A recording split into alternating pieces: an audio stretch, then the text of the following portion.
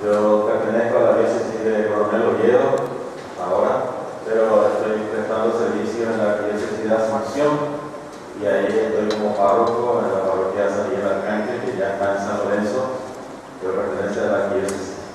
Y formo parte del tribunal eclesiástico, allí ejerzo la función de defensor del vínculo. Ayudamos con esta tarea de ver el tema de la unidad de los matrimonios, que son muchos casos que se presentan, que es uno de los servicios también que presta la Iglesia para que la gente pueda volver a vivir plenamente su vida cristiana cuando se ve enfrentada a esta situación difícil del rompimiento del matrimonio, que en muchos casos se da. Bueno, hoy vengo para compartir con ustedes, un gusto poder verles, es la primera vez que me encuentro así con un grupo grande de la gente del Rosario de Hombres Valientes. Conocí yo a esta, digamos, esta tarea, esta misión de grupo en el Colegio Sagrado Corazón de Jesús, donde está Miguel, ¿verdad? Por ahí está. Allí conocí que tenía un grupo que rezan allí los lunes por la mañana. Muchas veces me han invitado, pero los lunes generalmente los países tomamos libres y yo no se lo diga a mi valle los lunes, entonces se hace difícil participar. Hoy vamos a reflexionar sobre el tema que ya les dijo ahí, fortalecimiento de la fe en el encuentro con Jesucristo. El retiro es siempre, sobre todo, buscar encontrarnos con el Señor. No se trata tanto de escucharle a alguien que nos viene a hablar, sino sí recibir una guía para que cada uno de nosotros podamos encontrarnos después con el Señor. Una explicación muy sencilla, muy buena acerca del sentido del retiro. Una vez leí que era el reposo y repaso, decía un sacerdote, y tomaba como ejemplo el modelo justamente que escuchamos hoy en la lectura del Evangelio que se nos propone. Cuando los discípulos fueron a misionar, Jesús los envió de dos en dos, fueron a hacer una gran tarea y después regresaron con mucho entusiasmo y Jesús les dice: vamos a un lugar aparte a descansar. Y allí se fueron, pero la gente sabía dónde se iban, se les adelantó y allí ya estaba esperándolos de nuevo. Pero los discípulos se dispusieron por lo menos a descansar y Jesús atendía a la gente. De eso se trata un retiro, de tomar un tiempo de reposo, de descanso, y en este tiempo de reposo, en este tiempo de descanso, encontrarnos con el Señor, llenarnos de fuerza, llenarnos de nuevo de su vida y a partir de ahí reemprender la tarea, reemprender la misión. Y este tiempo de reposo y repaso siempre necesitamos en nuestra vida. Más todavía hoy que vivimos en un mundo que nos lleva a la carrera, no hay tiempo, espacio para pensar, para reflexionar, para detenernos. Entonces necesitamos un tiempo de reposo, de descanso, para reencontrarnos con el Señor, por lo tanto reencontrar la fuerza y seguir hacia adelante. Ustedes dicen el nombre de Rosario de Hombres Valientes. Entonces cuando llegaba ahí están dos muchachos uno que conozco de la parroquia, decía: ustedes son los hombres valientes, y tratamos de serlo. Somos hombres, pero valientes no lo somos. Y seremos valientes con el Señor, seremos valientes con la fuerza del Señor. Sin esa fortaleza que viene de Dios, de hecho que no somos valientes. Sin esa fortaleza que nos viene de Dios, ninguno de nosotros va a poder sostenerse, va a poder estar en pie, digamos, y poder emprender la tarea. Y de eso justamente se trata un retiro, de poder reabastecernos de esa fortaleza de Dios y con esa fuerza enfrentar de nuevo el mundo y llevar adelante en una misión que tenemos que tener como cristianos. Bueno, el tema es, como les decía, fortalecimiento de la fe en el encuentro con Cristo Jesús. Estaba repasando para preparar esta charla lo que es el documento de Aparecida. Conocemos el documento de Aparecida, un documento muy lindo,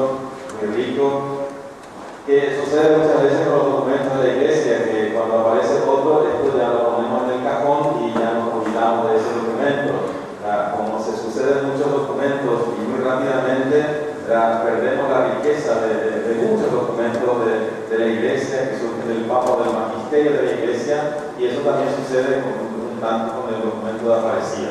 Bueno, yo lo desenvolvé un poco, estaba mirando la reflexión del Papa Benedicto XVI en el discurso inaugural, y él decía justamente que una de las tareas que tiene la iglesia es sostener y alimentar la fe del pueblo. Una de las tareas importantes de la iglesia es justamente eso, custodiar y alimentar la fe del pueblo de Dios. Y nosotros, somos iglesia. Nosotros que formamos parte de la tarea de la iglesia, más aún somos iglesia y por lo tanto tenemos esa tarea de custodiar la fe.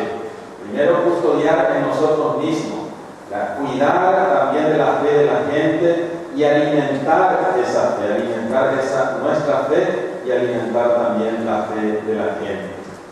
Esa es una tarea nuestra.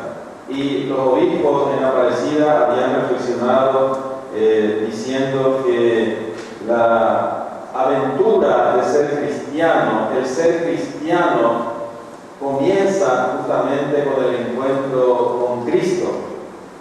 No comienza en otro lugar, en otra instancia, sino en el encuentro con Cristo. Y cuando se da ese encuentro con Cristo, se recibe una llamada. Y esa llamada del Señor no es para hacer cosas, no es para algo, sino que esa llamada es para encontrarnos con alguien, que es Él.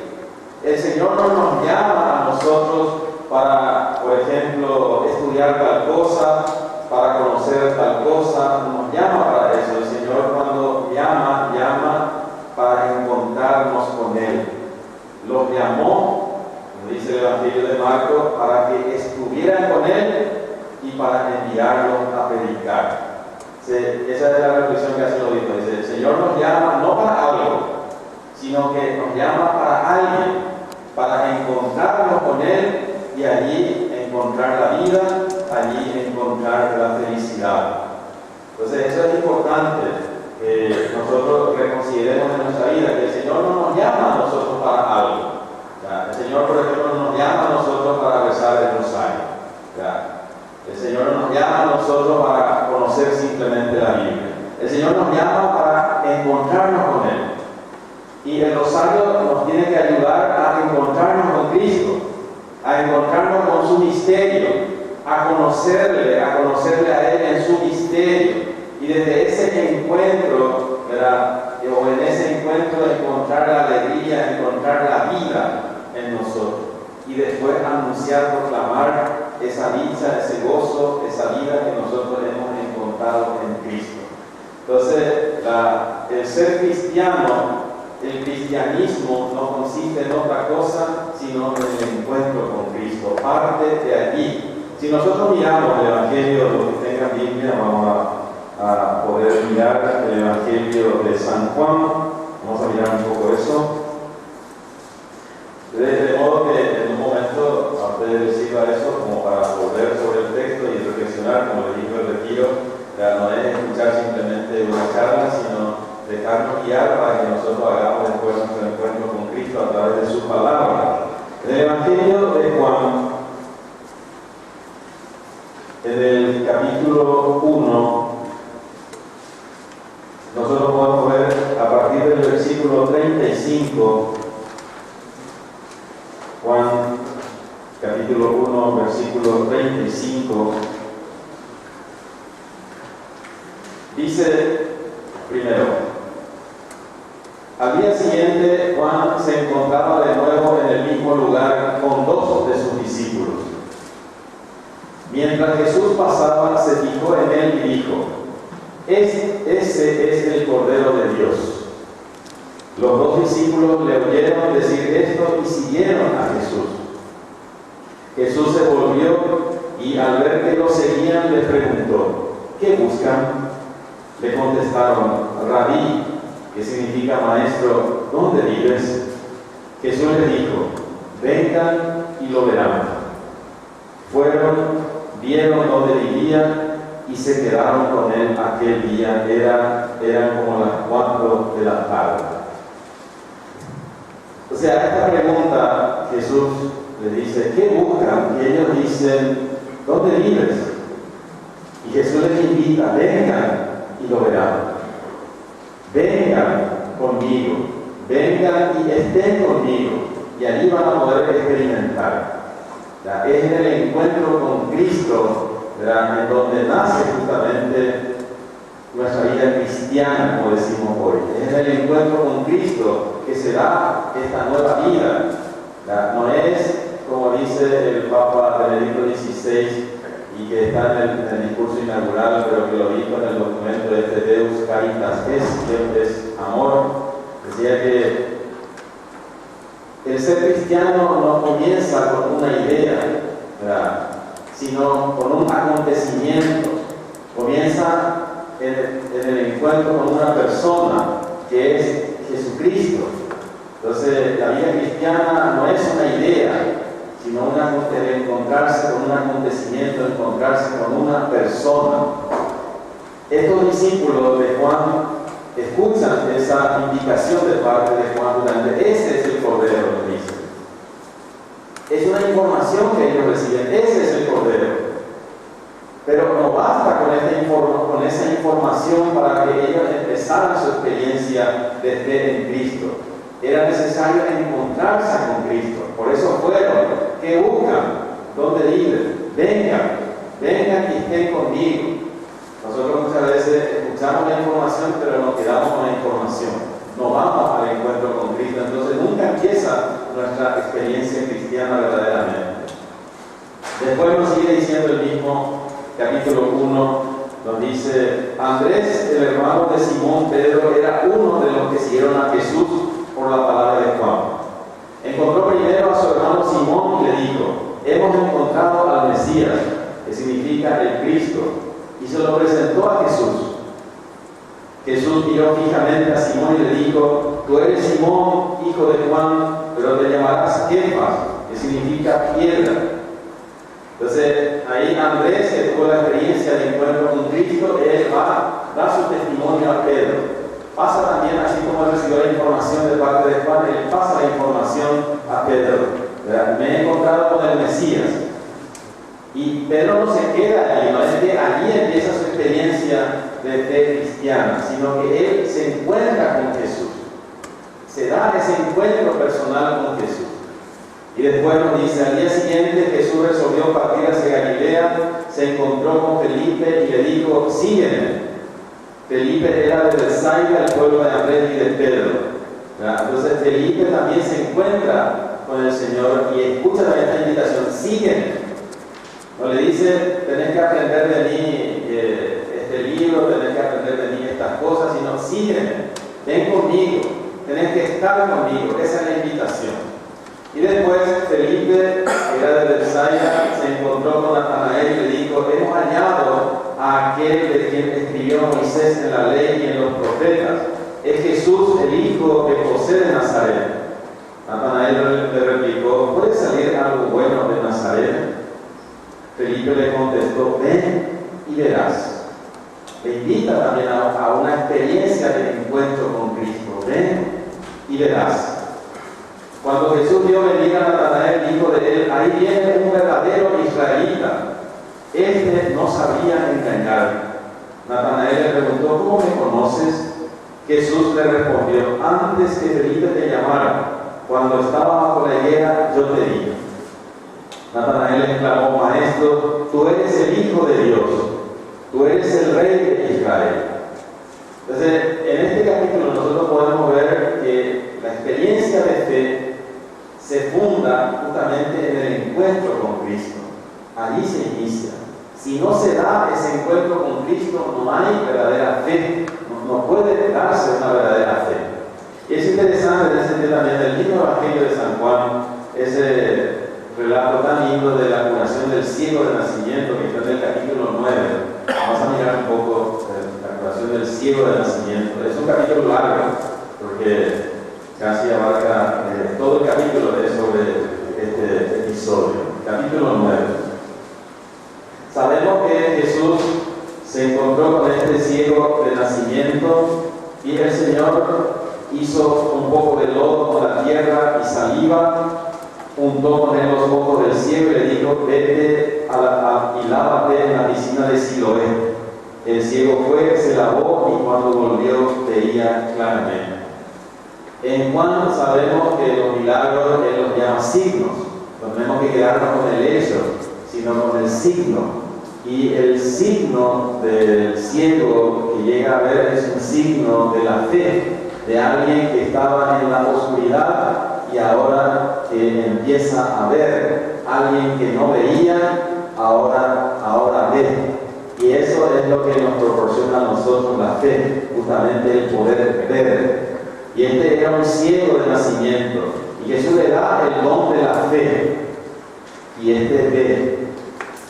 Después de todo un problema se suscitó en torno a la curación de este ciego, porque intervinieron las autoridades religiosas, todo eso, frente a todo ello, ella empezaba a dar testimonio de lo que Jesús hizo en él. Y después de todo eso, Jesús se enteró, dice en el versículo 35, Jesús se enteró de que lo habían expulsado, porque lo expulsaron porque ya no podían con él. Y cuando lo encontró le dijo: ¿tú crees en el Hijo del Hombre? Le contestó el ciego, el que era ciego: ¿y quién es, Señor, para que crea en él? Jesús le dijo: tú lo has visto, y es el que está hablando contigo. Él entonces dijo: creo, Señor, y se arrodilló ante él. Allí, cuando él se encuentra con Cristo, él confiesa su fe.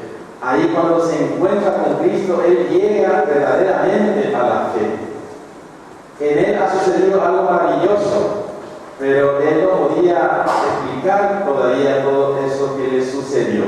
Pero ahora Jesús le dice: ¿crees? Y él le pregunta: ¿quién es para que yo pueda creer en él?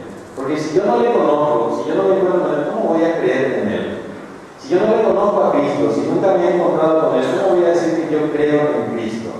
Entonces, ¿quién es para que yo pueda creer en él? Y Jesús le dice: ¿y tú lo has visto? Porque ya lo ha visto en la obra maravillosa que realizó en él. Y es el que está hablando contigo, le dice. Y allí él dice: creo, Señor. Y es lo mismo que se da también en nosotros. Cuando nosotros nos encontramos con Cristo, le conocemos, le seguimos, es que creemos. Allí es que creemos. Pero ahora está nuestra fe en Cristo, puede debilitarse. Esta fe en Cristo también la podemos perder. De hecho, nosotros podemos encontrar que Jesús muchas veces se quejó de la falta de fe de la gente y de la poca fe de sus discípulos, de una fe debilitada. Y de hecho que nosotros vamos a encontrar muchas barreras para nuestra fe, muchas persecuciones para nuestra fe. Justamente en esta semana se nos proponía del Evangelio de Marcos este pasaje de la curación de la hija de Jairo y de la curación de la mujer que padecía de hemorragia. Y allí en estas dos personas, en estos dos personajes, nosotros podemos encontrar el testimonio de una fe verdadera, de una fe auténtica. Pero allí también vemos el testimonio de una fe probada, de una fe que fue puesta a prueba. Porque Jairo tenía mucha fe en Jesús, porque con mucha seguridad se acercó a Jesús y le dijo: ven, impone las manos sobre mi hija y ella vivirá. Él estaba seguro de eso, que si el Señor viene e impone sus manos, su hija vivirá. Y Jesús había dicho, eso lo encontramos en el Evangelio de Mateo, allí en el capítulo 11, cuando él dice: si ustedes creen de verdad en su corazón, creen que eso va a suceder, eso se va a dar, había dicho Jesús. Si ustedes en verdad lo creen, eso se va a dar. Si ustedes tuvieran un poco de fe, como un grano de mostaza, Jesús decía, ustedes le dirían a esta montaña, arráncate de allí, mándate en el mar, y eso va a suceder. Es decir, lo que es imposible, con la fe va a ser posible, pero tiene que darse una fe auténtica. Y esta fe auténtica es la que nos demuestra este testimonio de Jairo. Él estaba seguro, ven, impone tus manos y ella dirá. Pero en el camino le vienen con la noticia de que su hija ya murió. Y entonces le dicen, ¿para qué seguir molestando al maestro? Y esa es una prueba para él. Diciéndole, ya no hay nada que hacer, le dice. Ya no te aferres al Señor. O diciéndole, ya no te aferres a la oración. Ya no te aferres a la fe, ya no hay nada que hacer. ¿Para qué seguir molestando? Pero sin embargo Jesús le dice, no tengas miedo, ¿verdad? Solamente ten fe. Y continuó el camino. ¿Verdad? Ahí su fe fue puesta a prueba. Dice, ¿para qué seguir molestando a María? ¿Cuántas veces por ahí nosotros hemos escuchado, ¿para qué rezan el rosario? ¿Para qué se juntan? ¿Acaso eso va a solucionar el problema? ¿Verdad? ¿Acaso eso va a solucionar los problemas del mundo? ¿Verdad? ¿O acaso esto te va a dar de comer? En muchos casos también. ¿Verdad? Y allí nuestra fe también está siendo puesta a prueba. Y Jairo continuó el camino, animado por el Señor, porque el Señor le dice, no tenga miedo, solamente ten fe. Y continuaron el camino y su hija volvió a la vida. Se cumplió lo que era su deseo. Si crees en tu corazón y crees que eso se va a dar, así sucederá, dijo Jesús. Y así fue realmente con Jairo, una fe verdadera, pero puesta a prueba, que requirió perseverancia. Y lo mismo la mujer que tenía hemorragia. Ella estaba segura de que si tocaba el manto de Jesús, si tocaba el fleco de su ropa, ella quedaría sanada. Pero ella tuvo que enfrentarse a muchas dificultades. Uno, que era mujer y no podía acercarse así fácilmente al maestro. Otro, que era conocida su enfermedad de hemorragia y por lo tanto ella era considerada una impura. Entonces la gente no quería tener contacto con ella. Pero sin embargo, a pesar de todo eso, ella se acercó a Jesús. Por eso nos dice, se acercó por detrás, ¿verdad? Como a escondidas. Y por eso cuando Jesús preguntó quién me tocó, ella se quedó calladita. ¿Por qué? Porque si no le iban a acusar toda la gente. Y cuando ya no podía, digamos, Jesús seguía esperando la respuesta y dijo, ella se presentó y contó lo que le sucedió. Y Jesús le dijo, tu fe te ha salvado. Ella también tenía fe, pero su fe fue puesta a prueba. Había muchas dificultades para acercarse a Jesús. Ella se acercó a Jesús y se cumplió lo que era su deseo, lo que llevaba en su corazón. Si yo toco su manto, yo quedaré sanado. Entonces, la fe nace en el encuentro con Cristo. Y para que nuestra fe pueda fortalecerse, tenemos que cuidar siempre ese es nuestro encuentro con Cristo. Esa es nuestra vida con Cristo, tenemos que cuidar. Si eso descuidamos, nuestra fe se viene abajo. El Catecismo de la Iglesia Católica nos resume a nosotros cuando habla de la fe diciendo, ¿qué es la fe? ¿Cómo se define la fe? Y se define la fe como la adhesión de la persona a Dios. Hablamos de adhesión de la persona a Dios. Y cuando nosotros hablamos de adhesión, significa justamente adherirnos a la persona de Cristo, a la persona de Dios, unirnos a Dios. Entonces la fe es adhesión personal a Dios. Y al adherirnos a Dios, al unirnos con Él, participamos nosotros de su sabiduría, participamos nosotros de su fortaleza, de su fuerza, y por eso es que la fe nos proporciona muchas cosas muy lindas, muy buenas, que el mundo no lo puede entender. A Natanael, justamente cuando Jesús le dijo, cuando estaba bajo la higuera, yo te he visto. Hasta ahora se discute si qué es lo que Natanael estaba haciendo bajo la higuera. Seguramente estaba enseñando, que era un maestro, o estaba rezando. Una de las dos cosas estaba haciendo. Cuando ahí estaba, yo ya te he visto, y ahí él confiesa su fe. Y le dice, porque yo te he dicho esto, crees, verás cosas mayores todavía. Y esas cosas mayores que le había dicho, de ver el cielo abierto, los ángeles de Dios bajar y subir sobre el Hijo del Hombre, se habían cumplido. Por ejemplo, con Santiago, cuando él fue martirizado, cuando él estaba muriendo, miró hacia arriba y vio los cielos abiertos y vio al Hijo del Hombre con los ángeles allí bajando y subiendo. Lo que el Señor prometió a sus discípulos, eso se cumple. Entonces, la fe es adhesión del hombre a Dios, unirnos a Dios. Ahora, si esta nuestra unión a Dios se va debilitando, allí es donde nuestra fe se va debilitando.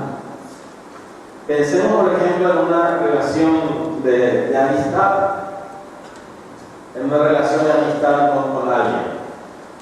¿Cómo se da una relación de amistad? Una relación de amistad con alguien se da por la repetición de encuentros. Nos encontramos hoy, hablamos, compartimos, tomamos de beber, jugamos fútbol, lo que sea. Nos vamos conociendo y va creciendo nuestra amistad. Y cada vez cuanto más nos encontremos, cuanto más frecuente es nuestro encuentro, más nos unimos uno a otro. Entonces nuestra adhesión se hace fuerte.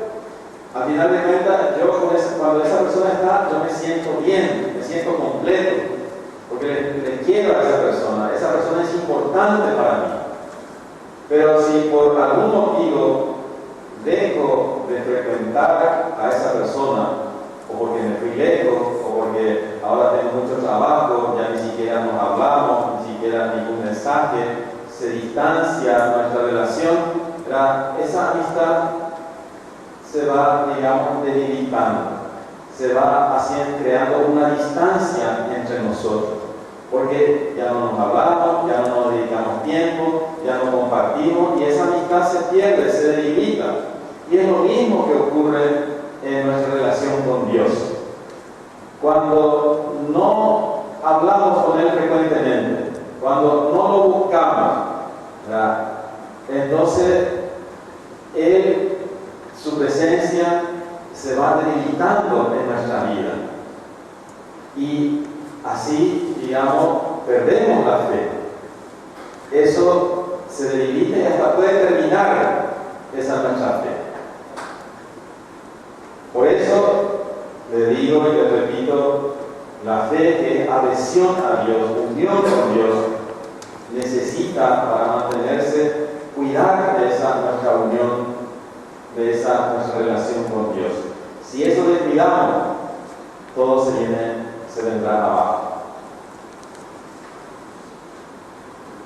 Justamente los obispos en Aparecida, el documento que les mencioné, nos habla a nosotros de los lugares de encuentro con Jesucristo. De eso vamos a hablar también.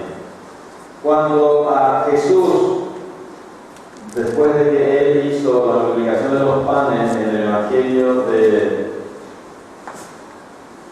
Juan, los discípulos, los judíos le preguntan, la gente le pregunta, ¿qué tenemos que hacer para trabajar en las obras de Dios? Y Jesús le respondió, la obra de Dios es esta: creer en en aquel que Dios ha enviado. Esa es la obra que Dios espera de nosotros. Eso es lo que Dios espera que nosotros hagamos para que podamos agradarle. Creer en el Hijo de Dios. Creer en Jesucristo. Jesús no nos dice a nosotros que para que agrademos a Dios hagamos muchas cosas. La única obra principal que tenemos que hacer es creer. Ahora, ya después, este creer tiene sus implicancias. Si yo creo en Cristo, tengo que saber vivir como hermano con los demás. Si yo creo en Cristo, tengo que buscar el bien de los demás. Tiene todas sus implicancias. Pero la obra principal para que nosotros podamos agradarle a Dios es creer en el Hijo de Dios. La obra de Dios es esta: creer en aquel que Dios ha enviado. El Evangelio de Juan, capítulo 6, versículo 29. Creer. Y yo le decía que Jesús se quejaba muchas veces de la falta de fe de la gente, de la falta de fe de sus discípulos. En su pueblo, Jesús, nos dice el Evangelio, no pudo hacer allí muchos milagros. ¿Por qué? Porque allí la gente no creía en Él. Lo conocían su familia, su origen, y no podían creer que Él fuera el Hijo de Dios, que Él fuera el Salvador. Conocemos nosotros el pasaje del Evangelio de la tempestad calmada. ¿Se acuerdan de la tempestad calmada?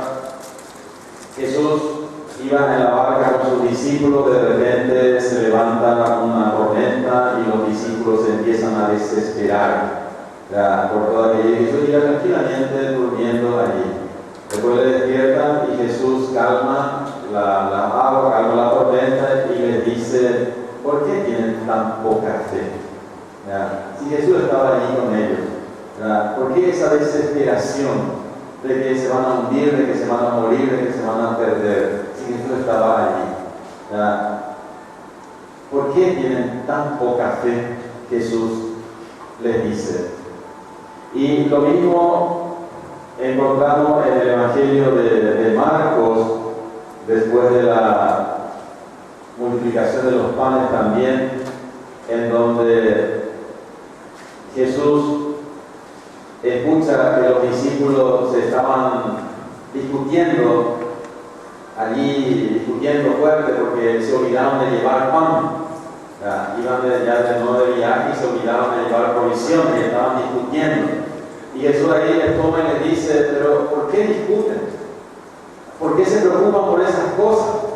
¿No vieron lo que yo hice? Le di de comer a no sé cuánta gente y ahora ustedes se están preocupando porque les falta pan. Entonces nosotros también podríamos preguntarnos, al experimentar, y de hecho que todos seguro que hemos visto y hemos experimentado la obra de Dios en nosotros, al ver todo lo que el Señor hizo con nosotros, ¿por qué seguimos dudando? ¿Por qué seguimos teniendo miedo? ¿Por qué seguimos vacilando en nuestra confianza si hemos visto lo que el Señor es, lo que el Señor hace, de lo que el Señor es capaz? Se podemos preguntarnos, porque el Señor hizo grandes cosas en nosotros, en cada uno. Por eso estamos aquí. Por eso yo creo, porque el Señor hizo grandes cosas en mí. Por eso creo en Él. Pero a veces dudo, a veces tambaleo. Y entonces, como Jesús le dijo a sus discípulos allí, ¿por qué se preocupan? ¿No se dan cuenta de todo lo que yo hice? ¿Y para qué seguir entonces esas cosas? Y eso es porque muchas veces nuestro encuentro con el Señor, digamos, de alguna manera se debilita. Y eso es lo que tenemos que fortalecer, ese encuentro con el Señor. Si eso no fortalecemos, todo, como les dije, se nos viene abajo.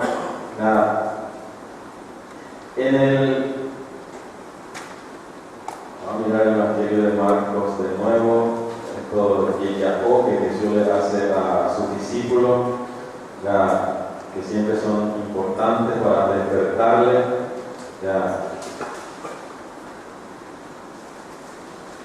Después también, frente a eso que llamó por la poca fe, Jesús siempre nosotros vemos que admira la fe de la gente.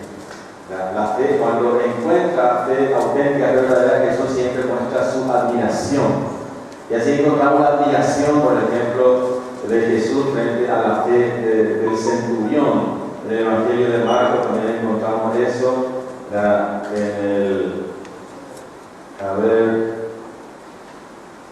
Cuando Jesús pone como ejemplo la fe del centurión que se acercó a él, Jesús le dice: "Te voy a ir a curar a tu siervo", le dice: "¿Y quién soy yo para que entre bajo mi techo?".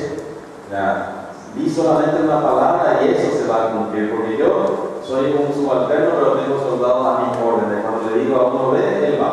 Si le digo que venga, él viene. Si le digo que haga esto, él hace. Y frente a esa expresión, Jesús dijo: "No he encontrado a nadie en Israel que tenga tanta fe". Porque esa es la fe verdadera. La fe es la palabra de Dios. La fe en que el Señor tiene el poder, que el Señor cumple su palabra. Porque nosotros muchas veces escuchamos decir que la fe es como lanzarse más o menos en el vacío.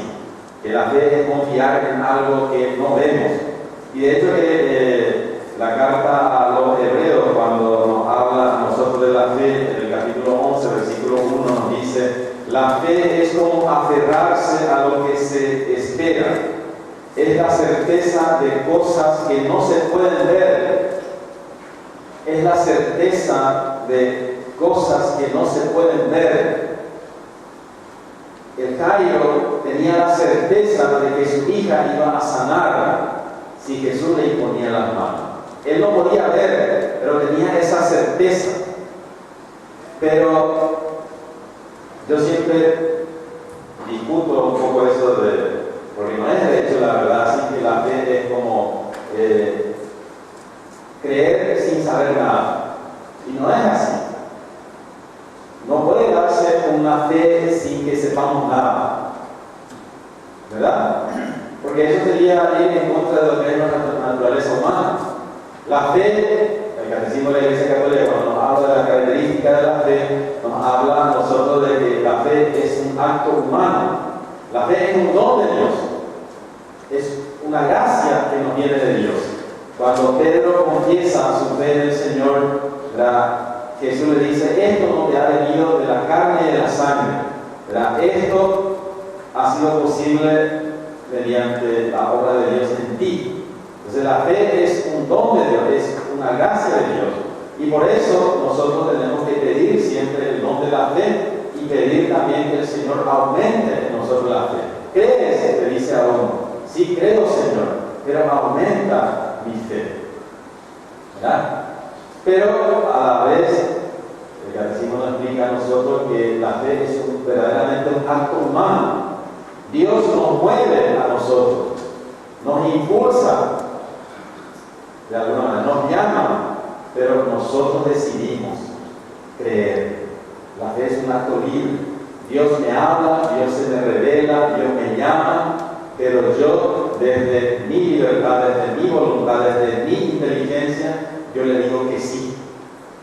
Entonces, si yo digo que la fe es creer sin saber nada, sería contradictorio. Yo creo porque sé. ¿Y qué es lo que sé? Sé que Dios es veraz. Yo sé que Dios no miente. Yo sé que su palabra es verdadera y por eso creo en Él. Yo creo porque le conozco. Si eso no se da, si ese conocimiento no se da, yo no podría creer. Ahora, de lo que el Señor es capaz conmigo, eso sí, ya no tengo ese conocimiento, pero yo estoy seguro, tengo la certeza de que lo que el Señor me dice se va a cumplir. Yo tengo la certeza de lo que el Señor dice que va a realizar, eso Él lo va a realizar. Esa es la fe. Por eso es que tenemos que buscar conocer conocerle siempre cada vez mejor al Señor, de modo que nuestra fe sea siempre cada vez más firme. Porque si no, cualquiera puede de alguna manera hacerme tambalear en mi fe, ¿verdad? ¿Y por qué crees? Si alguien me pregunta y yo no sé responderle, ¿verdad? Si a mí me dicen, ¿por qué vos, qué sé yo, sos amigo de fulano, si fulano es tal cosa, tal cosa? Entonces, si yo no le conozco a fulano, me pone en duda, entonces, acerca de lo que me está diciendo de mi amigo. Pero si yo le conozco a mi amigo, entonces estoy seguro de lo que él es. Entonces, por más de que hable, yo digo, no, yo creo en él, yo sé lo que es él. Entonces, nosotros también tenemos que crecer siempre en este conocimiento del Señor para que nuestra fe siempre se haga firme, para que nuestra fe, digamos, no pueda tambalear y la gente no nos pueda hacer tambalear tan fácilmente. Jesús dice en el Evangelio de Juan, capítulo 14, versículo 12, el que crea en mí hará las mismas cosas, las mismas obras que yo hago. Juan capítulo 14, versículo 12. El que crea en mí hará las mismas obras que yo hago. Y como ahora voy al Padre, las hará aún mayores. Entonces, por nuestra fe, nosotros vamos a hacer las mismas obras de Jesús. Lo mismo que Él realizó, nosotros vamos a ser capaces de realizar. Nosotros decimos, Jesús perdonó hasta a quienes lo condenaban, perdonó a quienes los estaban matando.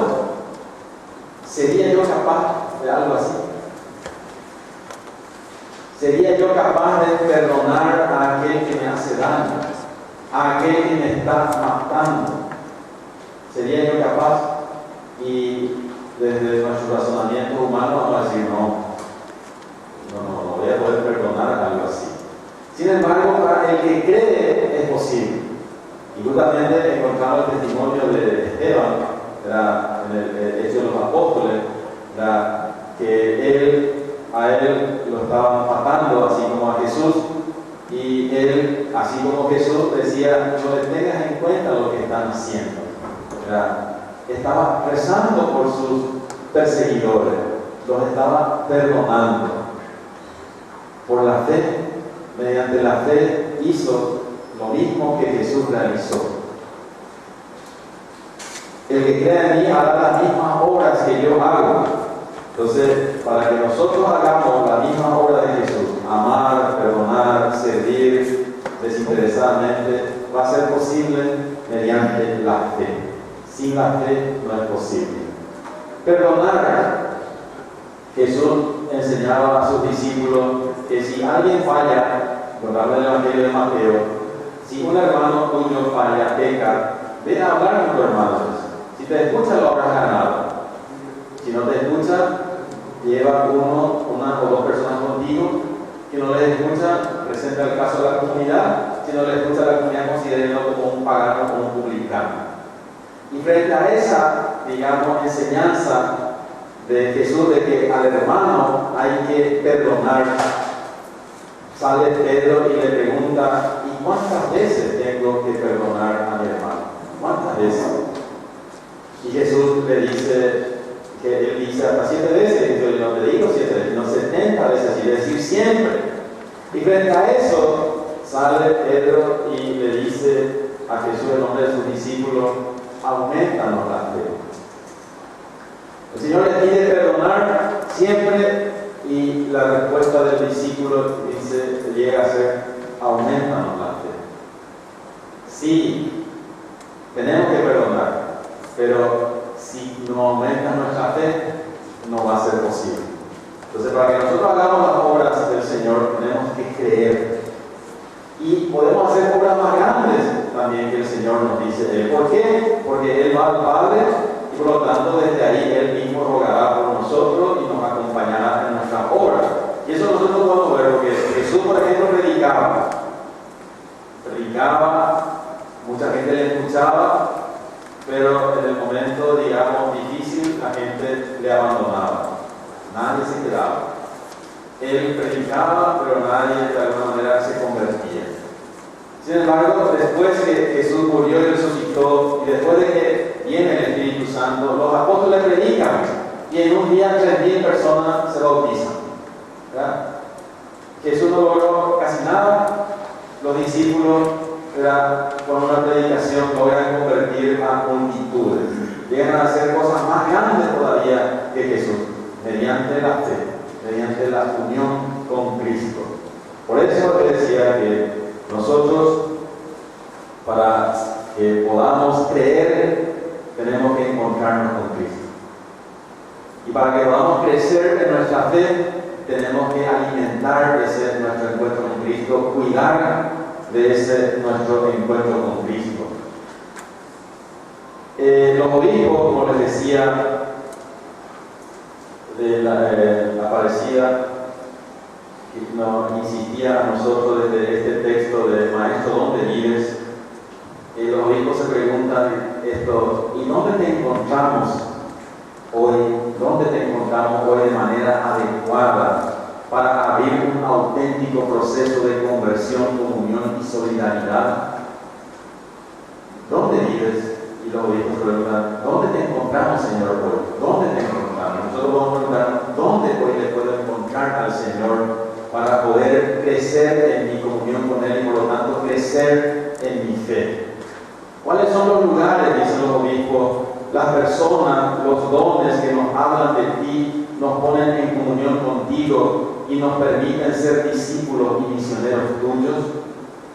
Y a partir de ahí presentan los lugares de encuentro con Jesucristo. ¿Dónde yo me puedo encontrar con Cristo? Y yo les cito porque muy rápido pasa la hora. Los lugares de encuentro con Cristo que nos marca el documento de Aparecida son estos.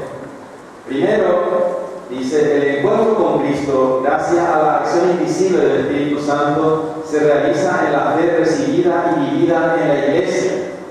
En nuestra vida de iglesia, allí nosotros nos encontramos con Cristo. Hoy, con esta experiencia de encuentro de gente de muchos lugares, donde experimentamos que somos familia, que somos hermanos, aunque estemos dispersos, ¿verdad? Allí está la presencia de Cristo, en esta comunidad, en esta unidad, en esta comunión. Otro, en la Sagrada Escritura. Conocer las Escrituras es conocer a Cristo. Acá yo me encuentro con Cristo, pero dice los obispos, acercamiento a la Sagrada Escritura, a la Biblia, no debe ser un acercamiento solo intelectual o instrumental, porque a veces nosotros usamos la Biblia como instrumento. Leo para poder hablarle a los demás, para poder predicar, pero no para que yo me encuentre con la palabra, sino con un corazón hambriento de oír la palabra del Señor. Y ahí cita un pasaje del profeta Amós. Y una de las formas de acercarnos a la Sagrada Escritura que nos presentan y nos insisten es la lección divina. ¿Conoce usted la lección divina? ¿Ya? Si no lo conocen, es la oportunidad también después de conocer. Es una manera muy buena, sencilla, de poder orar con la palabra de Dios.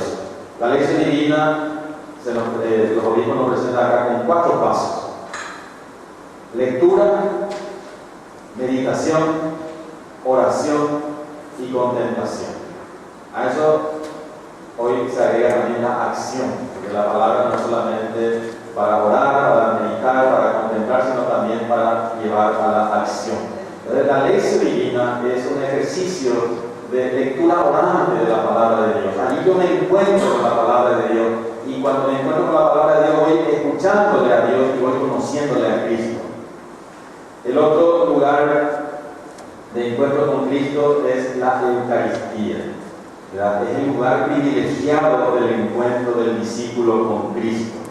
Y ahí nos habla de la importancia del precepto dominical, de la misa dominical.